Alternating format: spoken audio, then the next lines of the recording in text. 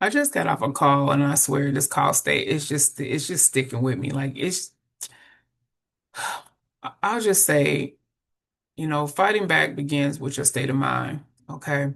As student loan borrowers, I know we're in a space right now where we just can't afford to operate from in a sense of a victim mentality. I know we're dealing with a system right now that it feels or it is, overwhelmingly unfair, but the reality is that the federal government does not see borrowers as victims. What they see is outstanding balances that they won't repay, and whether we necessarily agree with that or not, just understanding this is, we have to understand that this is the truth.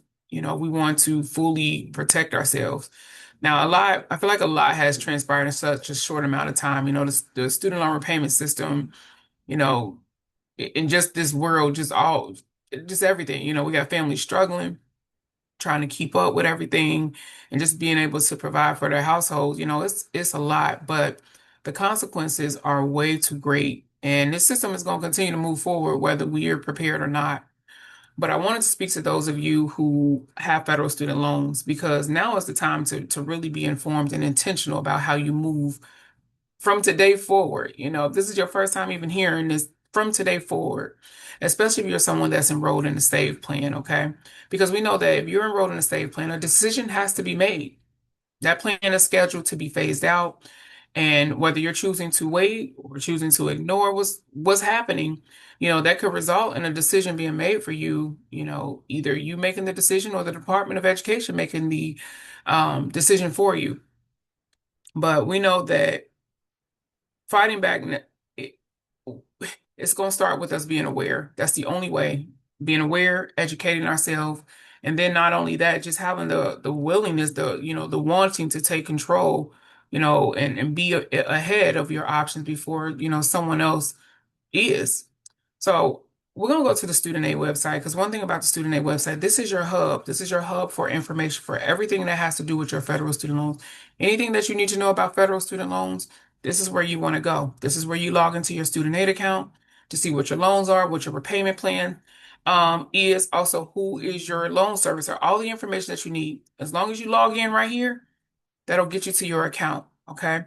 But if you're someone that's in the SAVE plan, as soon as you get to studentaid.gov, it tells you on December 9th, the Department of Education announced a proposed settlement agreement that would end the Saving on Valuable Education plan. The settlement must be approved by the court before it can be implemented. And if I'm not mistaken, this is back in court on Monday, the 15th, if I'm not mistaken. But they tell you for more information, visit studentaid.gov court action. So this is here where it tells you what is going to happen, okay? So when we get here, they tell you, again, they announce a proposed settlement agreement because the agreement needs to be approved by the courts. But what it tells you, as part of the proposed settlement agreement, what the Department of Education is going to do, it will not enroll any new borrowers in the SAVE plan. It's going to also deny any pending SAVE applications and move all SAVE borrowers into available repayment plans. While the settlement agreement is still pending court approval, we encourage borrowers to use this loan simulator to explore other available repayment plans. The loan simulator will allow you to estimate your monthly payments, determine your repayment plan eligibility, and choose the available repayment plans that best meet your needs and goals. The settlement must be approved by the court before it can be implemented. Like I said, I believe this is back in court on Monday. Even if, let's say that the court did not approve it, we know with the passing of the One Big Beautiful Bill Act, that is the other route that the SAVE plan is going to be eliminated by July of 2028. So we know, even without this, that this plan is eventually going to go away. Tells you the One Big Beautiful Bill Act allows borrowers who don't have partial financial hardship to enroll in income-based repayment.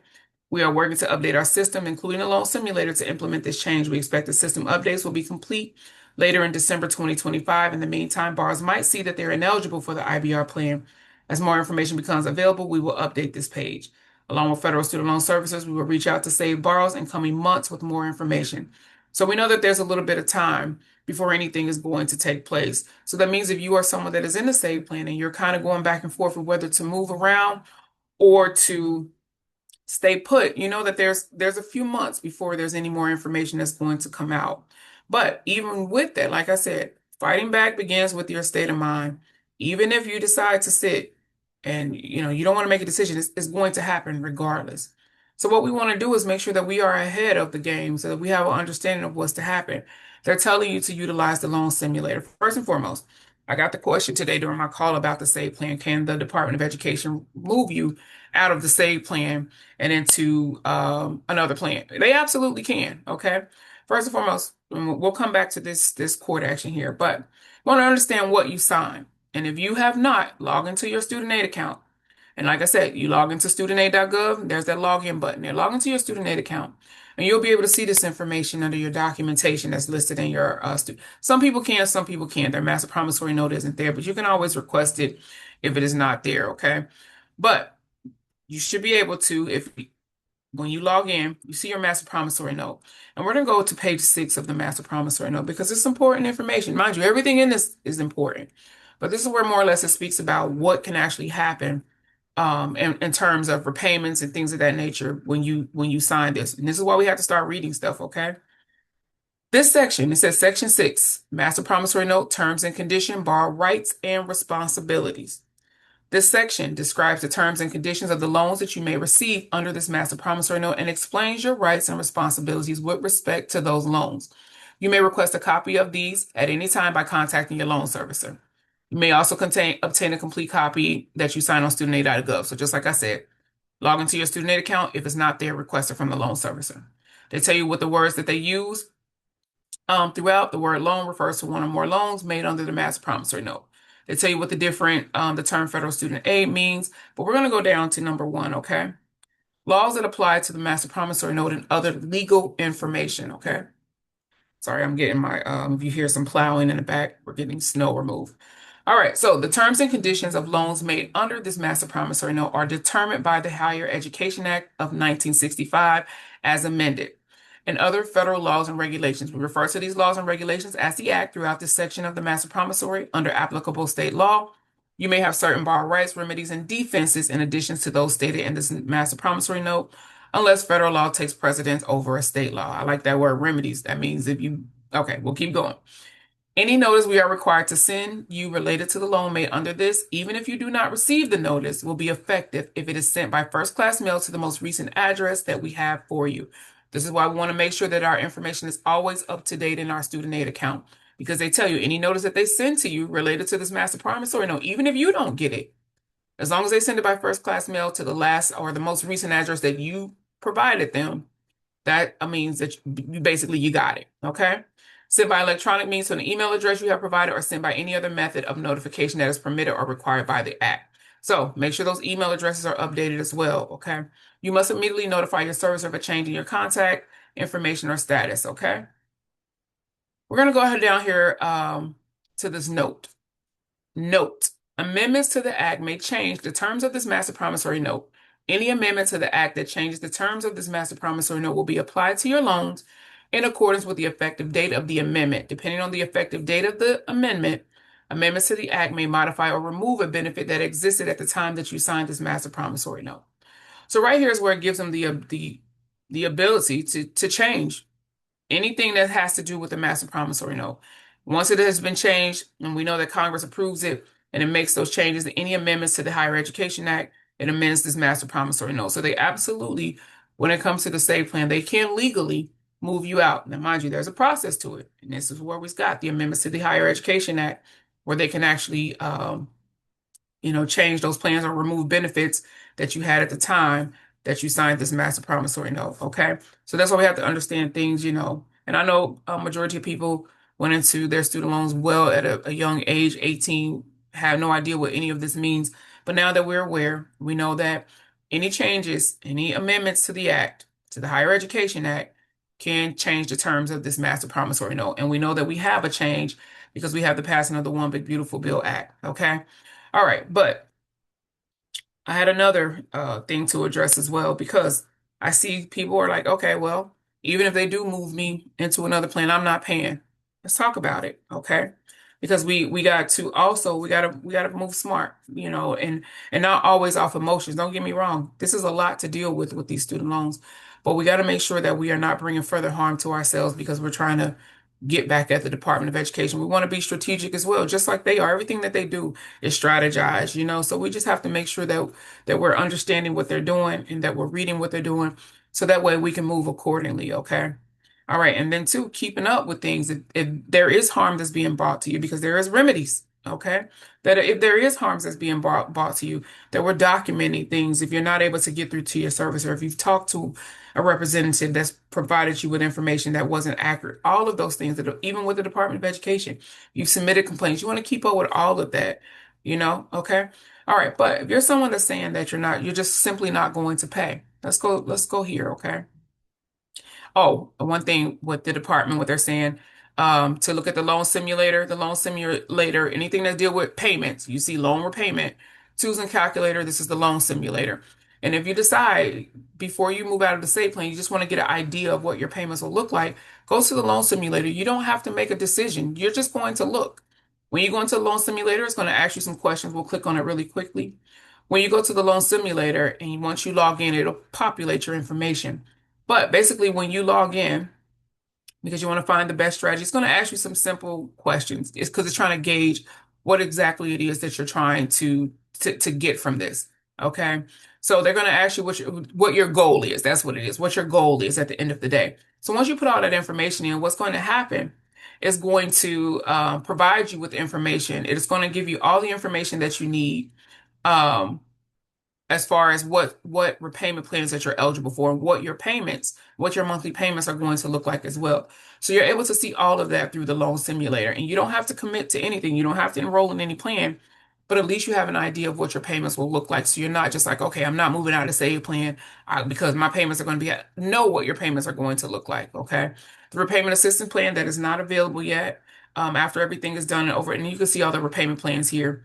So same thing. Anything that deals with repayment is under loan repayment, but this will give you the repayment plans, um, so that way you'll know what plans are available. Right now, we know that pay as you earn. Let's go down here. Okay. These are the repayment plans that are currently on the website. We know you cannot enroll and save. That plan is no longer available. Pay as you earn and income contingent. We know that these two plans are going to be phased out because of the passing of the One Big Beautiful Bill Act. These plans are going to be phased out by July 2028. So we know that these are going to be going away. Yes, you can technically still enroll in these plans, but we know eventually these are going to be phased out, and we don't know what date, but between now and 2028, these are going to be phased. Income-based repayment is a plan that is going to be available once these are phased out. So you want to see what your plans are going to look like. Remember what they said as far as the partial financial hardship, it still isn't calculating properly. They're hoping to have that done by the end of December. We'll see. But we know the income-based repayment is available, and the new repayment assistant, which is RAP, will be available. I believe it's July 1st, 2026. I believe that's it. July 1st, 2026. Okay. But you can go read more about these plans here. Okay. But let's talk to those of you who, like I said, are saying that you're not going to pay. All right. So that's where we get into delinquency and default. Let's talk about it. And for some of you, if you haven't checked your account, you may already be at this status. It's important. Check your student aid account to see where you are. Check your credit reports. You can get your credit report for free every single week from www.annualcreditreport.com. I'll show you that in just a second. But let's talk about it. If you decide you make a decision that I'm not going to pay, so we know the first thing, the first day after you miss a student loan payment, you are delinquent. Okay? If you continue that way, you don't make a payment for 90 days, that delinquency is going to start going over to, it's going to be reported to the credit reporting agencies. Okay? And then this is where we start getting into default. Okay? So it tells you, well, if your loans continue to be delinquent, you go into default. And that means you're not making a payment for at least 270 days. But let's talk about those consequences. Okay? Default on a student loan can lead to serious legal and financial consequences, and they tell you what that means. Okay? So the loans become immediately due, the whole entire balance. Not only that, we're going into tax season. And like I said, for those of you who haven't been checking your account, you want to make sure that you're checking, because what that means is that your tax return could be offset. Garnishes can be wages. You're no longer able to receive deferment or forbearances, all these additional other things here. But let's look at Treasury offset for those of you who may already be at the stage and not even aware of it. Okay. They tell you federal law related to the collection of debt owed to the government requires ED to request the Department of Treasury to withhold money from your federal or state income tax.